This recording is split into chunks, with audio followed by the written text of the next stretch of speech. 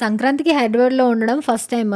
Morning నుంచి ఇంట్లోనే ఉన్నామని చెప్పి అన్నయ్య అలా బయటికి తీసుకొనెళ్ళాడు ప్యారెడ్ గ్రౌండ్స్‌కి. పండక్కి మనం మన ఊరెళ్తే మన ఫ్యామిలీతోని, మన ఫ్రెండ్స్‌తోని, మన ఇంటి పక్కన సరౌండింగ్స్ వాళ్ళతోనే సెలబ్రేట్ చేసుకుంటాము. ఇక్కడ మాత్రం కంప్లీట్‌గా రిలీజియన్‌తో సంబంధం లేకుండా, క్యాస్ట్‌తో సంబంధం లేకుండా ఎంతమంది ఉన్నారో చూడండి ఇక్కడ.